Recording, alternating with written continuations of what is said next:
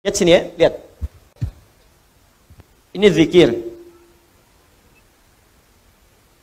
Tadi turunannya kata Al-Quran, orang berzikir, hatinya akan selalu tenang, cenderung tenang. Kecenderungan sukses tinggi. Bahagia. Sudah? Meningkat kecerdasan. Cenderung pintar. Bertambah pengetahuan. Bentuknya dua. Bisa mengerjakan perintah, bisa meninggalkan larangan. Ini tinggalkan, ini kerjakan. Do it, live it. If'al, la taf'al. Kerjakan, tinggalkan. Ini saya turunkan, tadi ada salat, kan? Ada interaksi dengan Al-Quran, ada puasa, dan seterusnya. Orang yang salat, maka dirinya cenderung tenang. Orang yang salat, cenderung sukses dalam hidupnya, bahagia. Makanya panggilan salat, panggilan kebahagiaan. Hayya 'alas shalah. Kenapa salat ya Allah? Hayya 'alal falah. Bahagia yuk. Sukses. Kan? Cenderung kemudian pintar. Makanya banyak orang di masa lalu itu, ya ketika dia akan mengerjakan soal-soal salat, Pak, Bu. Imam Al-Bukhari itu menuliskan Sahih Al-Bukhari selama 16 tahun. 97 pembahasan. Setiap pembahasan itu berapa banyak hadis? Kitabul Iman 57 hadis. Ada Kitabul Ilmi sampai Kitabul Tijarah, Kitabul Mali, terus sampai Kitabul Jihad. Banyak sekali. Ya, itu setiap menuliskan satu hadis salat 2 rakaat. Dituliskan pertama di Masjid Al-Haram, disempurnakan di Masjid Nabawi, 16 tahun. Semua ulama-ulama kita itu mustahil mereka bisa menulis kitab, merumuskan sesuatu, inovasi, penemuan baru, kecuali pasti rahasianya ini. Salat Al-Quran, salat Al-Quran. Ada orang mengkaji Al-Quran, tiba-tiba menemukan penemuan. Ya, Ibnu Firnas baca surah Al-Mulk ayat 19. Ya, ketika membaca ayat itu, Allah awalam yarau ila tayri fawqahum saffatin wa yaqbidna ma yumsikuhunna illa rahman. Apa engkau tidak analisis, perhatikan bagaimana burung bisa terbang di udara dengan dia mengepak-ngatukan sayapnya, dijaga oleh Allah. Kalau enggak dijaga enggak bisa terbang. Maka dilihat Allah berkehendak bisa terbang karena apa? Kepak-katup sayap, dilihat, dianalisis, bikin modifikasi sayap burung terbang naik ke atas bukit sampai bisa terbang 20 meter. Ngelihat ke bawah, jatuh, meninggal. Nah. Betul, ketika meninggal dan meninggalkan karya yang kelak itu jadi prototipe pesawat terbang di kemudian hari. Ya, ada lagi Jabir bin Hayyan baca Al-Hadid, Quran surah 57 ayat 25 sampai 26. Wa anzalnal hadid, kami turunkan besi dari langit. Besi bisa turun dari langit. Dilihat apa itu besi. Dicari besi. Sekarang terbukti meteor ada yang bahannya dari besi. Ya, turun dari langit. Waktu itu bingung, apa ini besi?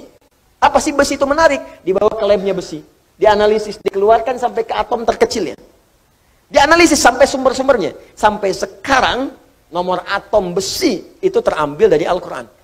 Nomor atom besi Fe verum, F besar E kecil. Nomor atomnya 26. Ya, setiap atom itu punya isotop untuk menjaga stabilitas atom. Saya dulu belajar kimia. Ya. Nomor 55, 56, 57, 58. Ada 4 isotopnya. Yang paling stabil isotop nomor 57. Surah 57 ayat 25 sampai 26. Itu ada sejarahnya. Bukan John Dalton yang pertama kali menemukan atom. Jabir bin Hayyan. Ya, saya baca, kalau lagi kosong-kosong saya pergi ke toko buku. Saya beli tuh buku kimia, buku fisika, matematika, latihan, lihat-lihat. Nggak tahu nanya. Buka YouTube, lihat, belajar. Saya baca, Pak. Ada anak mahasiswa datang, kamu dari mana? Kedokteran, Ustaz. Mau belajar apa? Ini, kamu bawa modul kamu kedokteran semua ke sini.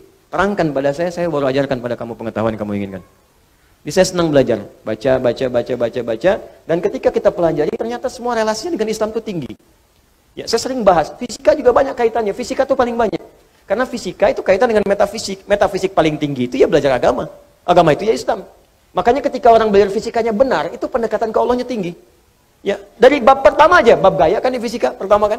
F1 sama dengan F2, gaya gerak sama dengan gaya dorong. Apa yang masuk itu yang keluar. Yang masuknya kecil, mukul kecil, maka bunyinya kecil. Mukul besar, bunyinya besar. Imannya sedikit, amalnya sedikit. Imannya kuat, amalnya makin kuat. Ya. Hukum gayanya, gaya berbanding lurus dengan tekanan, F berbanding lurus dengan P. Ketika orang ingin bergaya menunaikan ibadah, tidak akan luput dari tekanan. Ada hambatan. Apa di antara hambatannya? Banyak. Ada hambatan pribadi, hambatan di tengah, mau berangkat ke masjid tiba-tiba hujan. Bagaimana mengatasinya? Rumusnya turunkan. Mau ke masjid hukum jamak qashar, S sama dengan V dikali T. Jarak, ya, kecepatan dikalikan dengan waktu. Ya, mencari kecepatan S sama dengan S dibagi T, V sama dengan S dibagi T. Jadi ketika kita mau ngukur ke Bandung, kecepatannya berapa supaya nggak dikosor? Nyampe. Makanya kalau mau ke Semarang pakai pesawat karena kecepatannya tinggi, waktunya semakin cepat. Ya, berangkat kemudian jam 11, nyampe jam 12, zuhur aja belum. Apa yang mau dikosor? Jelas kan? Jadi kita belajar tuh begini, ditarik ke akhlak, nyambung. Akhlak, F, gaya berbanding lurus dengan tekanan, hukum Pascalnya. Gaya berbanding lurus dengan tekanan, semakin banyak gaya, semakin tertekan. Akhlak. Banyak pokoknya. Oh, pokoknya indah deh, kalau belajarnya benar tuh enak. Di fisika tuh nggak berhenti di kampus, di kuliahan, dibawa ke masjid, masih diterapkan fisika. Ya, hukum hambatan, gaya Ohm, macam-macam. Enak pokoknya kelihatannya. Di Thomas Alva Edison itu kalau baca surat An-Nur aja, ayat 35, udah selesai tuh, nggak akan sampai 1000 kali bikin bohlam. Oleh Al-Misbahu fi Zujajah. Ya, kalau mau terang itu mesti ada zujajah, ada kaca. Nggak bisa begitu aja, bisa meletus, bisa hancur terus-terusan. Itu kan dia yang ke 1000 itu bikin kaca pelapis jadi bohlam. Baca satu ayat selesai. Itu. Kenapa jadi ke sini? Ini perintah. Ada yang kedua, sifatnya berbentuk larangan. Apa namanya? Larangan. Ini tenang, ini sukses, ini bahagia. Jadi ada yang sifatnya larangan. Pertama kata Allah, tinggalkan zina. Di surah Cahaya. Fokus. Cara berpikirnya begini. Perhatikan cara berpikirnya. Ini kebanyakan orang cuma baca. Tapi formulasinya nggak dipahami. Sehingga parameter tingkat keberhasilan mengkaji ayatnya itu nggak muncul. Cuma jadi pengetahuan tersimpan di pikiran kita, amalnya nggak ada. Di bacaan Nur, zina masih terus saja dikerjakan. Zina mata, zina telinga, zina lisan. Ya, bacaan Nur, ada yang korupsi, ada yang mencuri, ya, ada yang menipu, ada yang nyogok. Padahal ayatnya jelas. Maka dari itu, lihat perbandingan terbaliknya. Orang mengerjakan perintah akan meraih ini. Orang meninggalkan larangan, maka ini akan cenderung terjaga. Hatinya tenang, kesuksesan mudah didapat, kebahagiaan mudah diraih. Ketika yang dilarang dikerjakan, maka akan berdampak kepada jaminan yang tadi disebutkan. Zina, ketika zina dikerjakan, maka cenderung membuat hati tidak tenang. Makanya orang yang berzina nggak pernah tenang. Makanya zina dalam bahasa Arab, secara bahasa, az-zina, zina fil lughati asy-syu'uru bid-dhiq. Makna zina secara bahasa yang pertama adalah perasaan yang sempit dalam jiwa. Zina itu bisa ditulis dengan dua cara. Begini, zai, kemudian nun, alifnya ke atas. Ini bahasa orang Najdiyin, zina. Ada bahasa orang Hijaz, zai, kemudian nun, alifnya ke bawah begini, zina. Ya. Bisa ditulis dengan dua cara. Ini alif yang tadi saya sebutkan, alif. Bisa begini, tegak, bisa begini, ke bawah. Az-zina fil lughati lahu ma'anin katsirah wa minha asy-syu'ur bid-dhiq. Zina secara bahasa memiliki banyak arti. Di antara makna yang paling populer, yang pertama adalah perasaan yang sempit di dalam hati. Makanya orang yang berusaha untuk berzina, awas hati-hati, melanggar ketentuan Allah, kata Allah tinggalkan dia kerjakan. Itu pertama akan menyebabkan hatinya terasa sempit. Sering gelisah. Makanya jangankan mengerjakan yang secara istilah, benar-benar dikerjakan hubungan seksual. Baru mau muqaddimah saja, mata mau melihat gambar-gambar yang kotor, itu karena hatinya sempit, gelisah, gak mau ketahuan orang.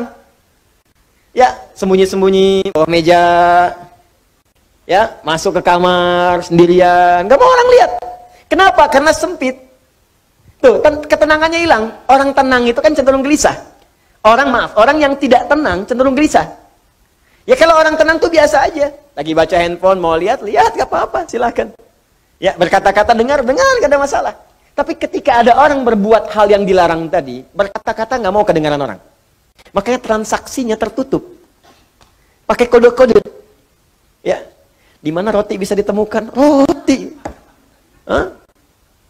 Kijang satu. Kijang. Hewan yang disalahkan. Dicek. Makanya kata-katanya cenderung diarahkan kepada yang lain. Kupu-kupu malam. Kupu-kupu. Tuh. Buaya darat. Buaya. Buaya aja nggak ada yang begitu. Ya, coba lihat kehidupan buaya. Iya, ada buaya yang berzina. Ya, buaya emang hidupnya begitu. Ya, yang terbayangkan. Jadi saya mau katakan, orang yang melanggar ketentuan ini pasti hatinya gelisah.